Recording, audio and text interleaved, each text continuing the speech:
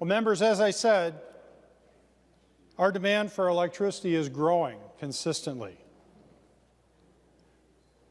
There have been efforts by the governor to push movement towards electric vehicles and to replace our home appliances, our water heaters, our furnaces, our gas fireplaces. In fact, we had a bill in the House and a companion here in the Senate that would have prohibited the sale of gas-powered snow blowers and lawnmowers and other lawn equipment.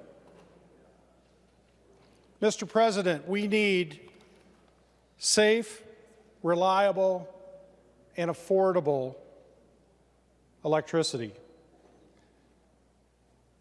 You know, I've had the opportunity to speak with business leaders across the state, and they constantly tell me that the cost of electricity is one of their primary concerns when they talk about keeping their facilities here in Minnesota.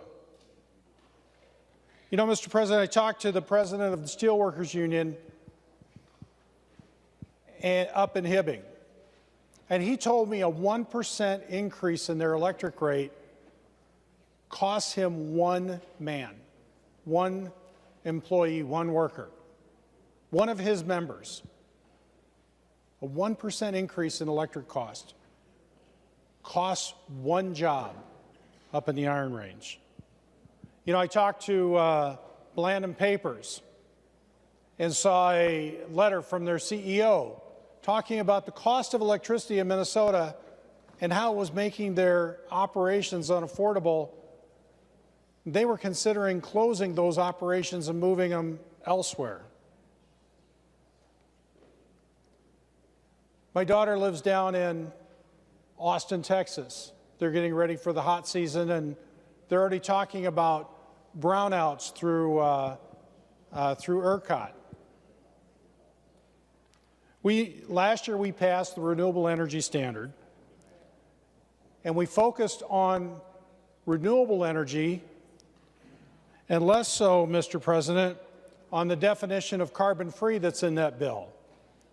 That definition is a technology that generates electricity without emitting carbon dioxide.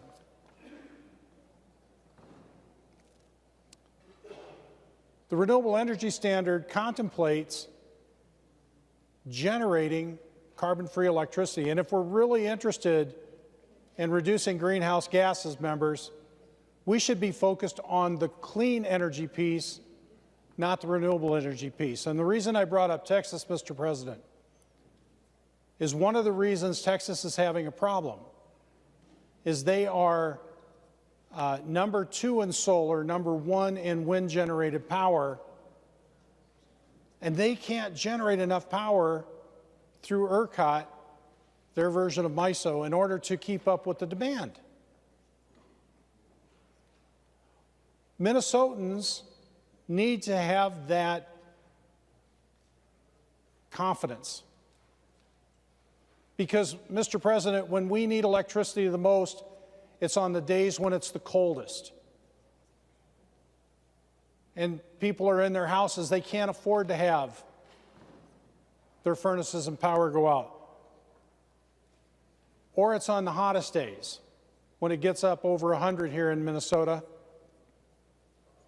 And particularly our elderly and those with health problems and our young children need to stay cool, need to have some form of air conditioning so they don't succumb to the heat. The renewable energy standard identified eligible technologies. And Mr. President, I submitted a bill that far expanded that.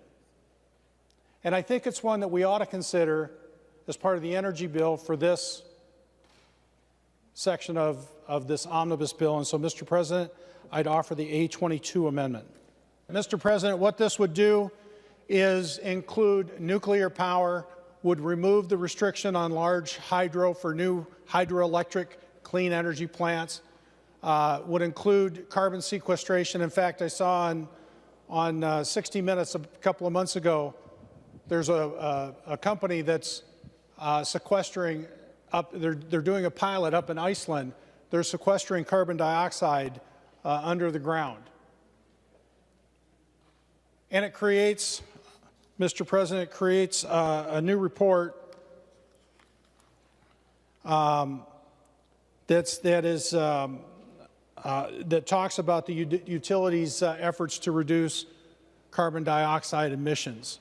Mr. President, this is a bill, this is an idea that all Minnesotans should be able to get behind. We shouldn't be limiting our energy production to certain technologies. We've seen what's happened in California. We've seen what happened in Texas.